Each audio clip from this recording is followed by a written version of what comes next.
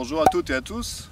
Aujourd'hui, nous allons découvrir une vaste zone dont le contrôle était très important pour le succès du débarquement Utah Beach. Un territoire en toute logique impropre à la progression des troupes venues depuis la plage pour avancer dans les terres. Une zone en fait volontairement inondée par les Allemands pour renforcer les défenses côtières au niveau d'Utah Beach. Je veux parler des fameux marais du Cotentin et du Bessin.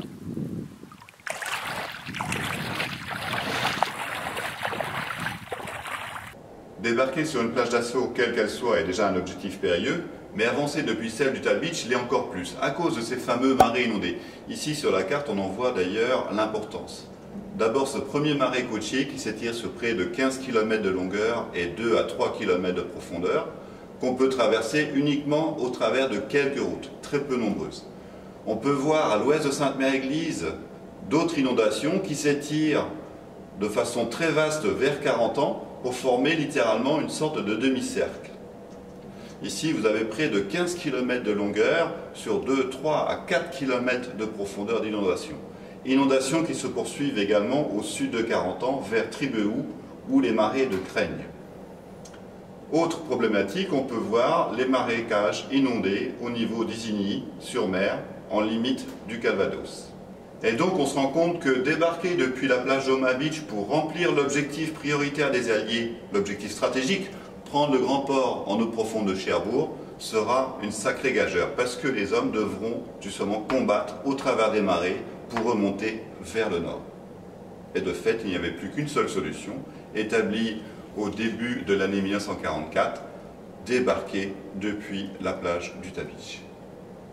Cependant, le général Omar Bradley, qui commandait la première armée américaine, en fait, a dit lors d'une grande réunion d'état-major au printemps 1944, si je n'ai pas 2 divisions aéroportées avec moi, je ne débarquerai pas à Utah Beach. Et on se rend compte qu'il avait complètement raison. En effet, débarquer depuis Utah Beach sans l'aide des parachutistes, en fin de matinée, les unités stratégiques allemandes situées au centre du département, dont la 91e division de la Luftwaffe et le 6e régiment de parachutistes commandé par le colonel von der Heydt, estimé à environ 15 000 hommes, ces hommes auront rejoint très rapidement la côte attaquée, ou tout au moins contrôleront fermement les hauteurs de ce premier marais, anéantissant de fait la tête de pont d'Utah Beach. Bradley décide en fait où se bat pour pouvoir avoir justement ces 2 fameuses divisions aéroportées américaines qui devront sauter durant la nuit du 5 au 6 juin afin de prendre le contrôle de tout ce vaste territoire rayonnant, encerclé par ces marées. Le général Bradley va donc projeter ses parachutistes selon cette manière. La 100e aéroportée va prendre le contrôle en fait de tout ce vaste territoire, en clair dominant la colline surplombant Utah Beach. La 82e aéroportée, plus expérimentée, va être larguée un peu plus à l'ouest, à environ 15 km de la plage, avec pour objectif essentiel de prendre et de tenir fermement Sainte-Mère-Église, ainsi que les moyens de passage au travers de ce marais, dont 2 fameux ponts, le pont de la Fière et le pont de Chef du Pont. L'objectif des parachutistes, essentiel, sera de bloquer cette unité d'élite allemande. Donc la contrainte de ces fameux marais inondés, la véritable défense utilisée par les Allemands va devenir en fait un atout majeur dans le plan des parachutistes. Ils vont s'adosser justement sur les hauteurs dominant ces marées en prenant et tenant fermement tous les moyens de passage pour bloquer ces différentes unités d'élite. Au début de la journée, les Allemands se mettent en action et donc tentent de rejoindre la côte. Un régiment de cette unité d'élite va tenter de reprendre Sainte-Mère-Église par le nord de cette ville. Tandis qu'un autre régiment de la 91e, lui, va tenter de reprendre Sainte-Mère-Église et donc de se projeter vers la plage, au travers, en passant par le pont de la Fière. Mais c'était sans compter sans l'utilisation des parachutistes. Les parachutistes américains, bien sûr, au petit matin, tiennent fermement les ponts de la Fière et de Chef du Pont, et tiennent fermement, bien sûr, la ville de Sainte-Mère-Église, et avec un avant-poste très solide au niveau de Neuville-au-Plain. Si bien que ces fameux régiments de la 91e vont engager le combat et ne pourront pas, bien sûr, reprendre Sainte-Mère. Au lever du jour, au sud de 40 ans, le 6e parachutiste a remonté vers la ville. La ville est fermement tenue par l'armée allemande. Le 6e parachutiste, en fait, a développé ses bataillons au nord de 40 ans et tiennent la hauteur de Saint-Côme-du-Mont. 3 régiments. Le colonel tente d'envoyer un régiment pour reprendre la côte en direction de Sainte-Marie-du-Mont. Un deuxième de ces régiments, il l'envoie vers Sainte-Mère-Église pour être sûr d'avoir Sainte-Mère-Église dans son jeu. Et son 3e régiment reste en réserve sur les hauteurs. Mais là aussi, le plan des officiers allemands parachutistes sera contrarié. Ils ne pourront pas manœuvrer leur bataillon dans cette logique. Arrêtés par les parachutistes, notamment de la 101e aéroportée, qui tiennent fermement leur position au niveau de Vierville et sur les hauteurs de Saint-Côme. Pendant plusieurs jours, jusqu'au 12 juin 1944 quand même, pendant 5 jours, en fait, les combats vont être très denses, furieux. Et on se rend compte que manœuvrer dans ce terrain très hostile est très délicat. Dans une guerre moderne, une guerre de mouvement, il vous faut de l'espace. Et cet espace est contraint par justement ces fameux marais inondés. Au lever du jour, malgré que les parachutistes aient été très dispersés, l'essentiel de leurs objectifs sont atteints. Et à 6h30 du matin, à leur hache, les hommes de la 4e division d'infanterie débarquent sur la plage d'Utah Beach. En l'espace d'une heure à peine, les dunes avoisinantes sont sous leur contrôle. En milieu de matinée, les régiments de la 4e, reconditionnés, se mettent en mouvement et se dirigent à la rencontre des parachutistes en empruntant les 4 routes essentielles justement à leur déploiement. Ils peuvent donc traverser ce marais sans crainte majeure. Les hauteurs sont tenues par les parachutistes. Les Allemands ont été balayés.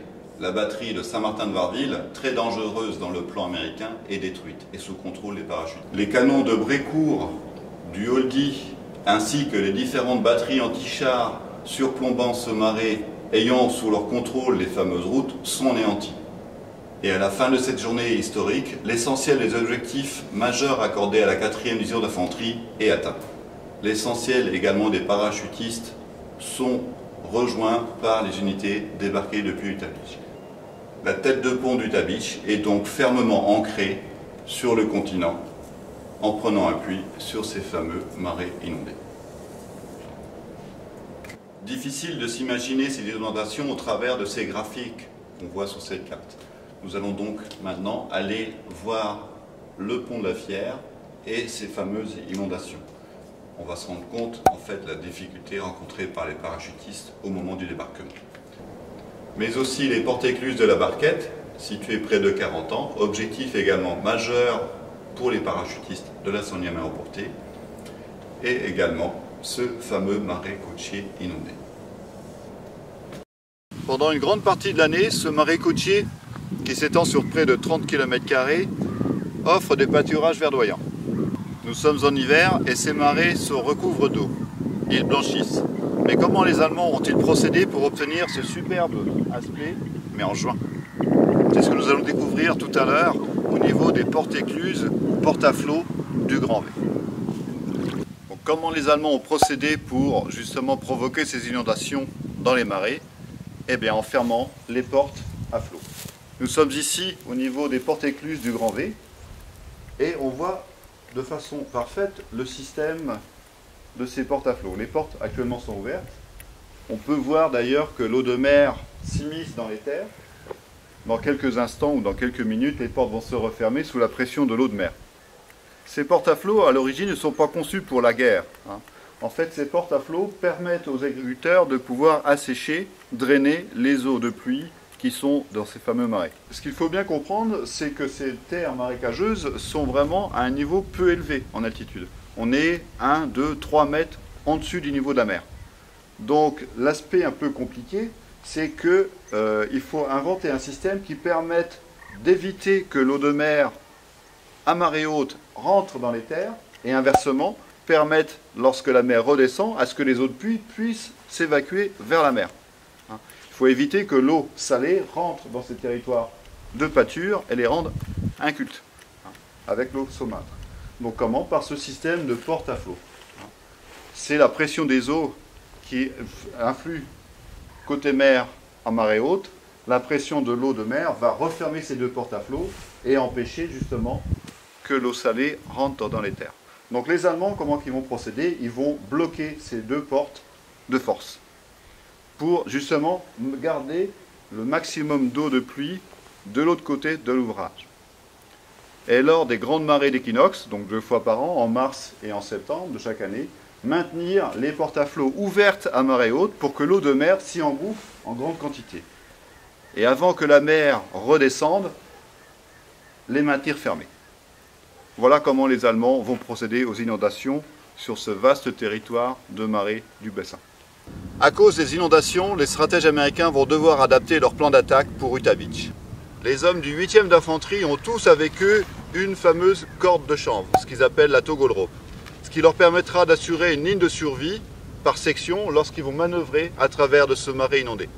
Mais aussi, ils ont avec eux leur bouée de sauvetage qu'ils portent à la ceinture et qui leur permettra, le cas échéant, également de pouvoir survivre si jamais ils tombent dans un fossé inondé, invisible.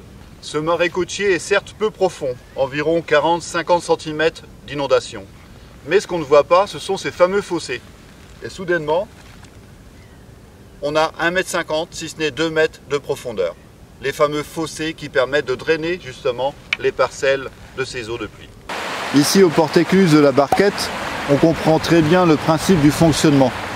Les portes à flot sont ouvertes, la mer est basse. Et donc, les eaux pluviales rejoignent la mer. Lorsque la mer va être haute, les portes, par la pression des eaux venues de la mer, vont se refermer de façon automatique. Ici, ces portes écluses de la Barquette ont été un objectif essentiel pour les parachutistes de la 100e aéroportée. En l'occurrence, 200 hommes accompagnés du colonel Howard Johnson devront les prendre au petit matin du 6 juin.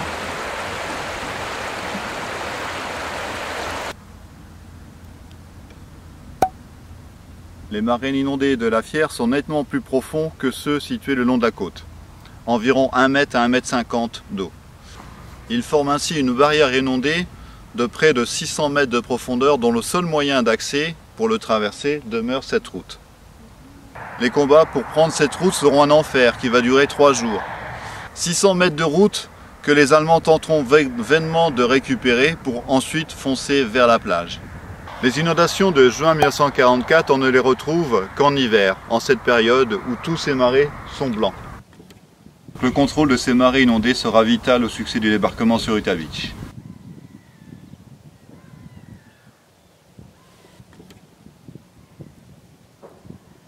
Merci à tous d'avoir visionné cette vidéo et retrouvez-nous prochainement dans le clocher de Sainte-Marie-du-Mont.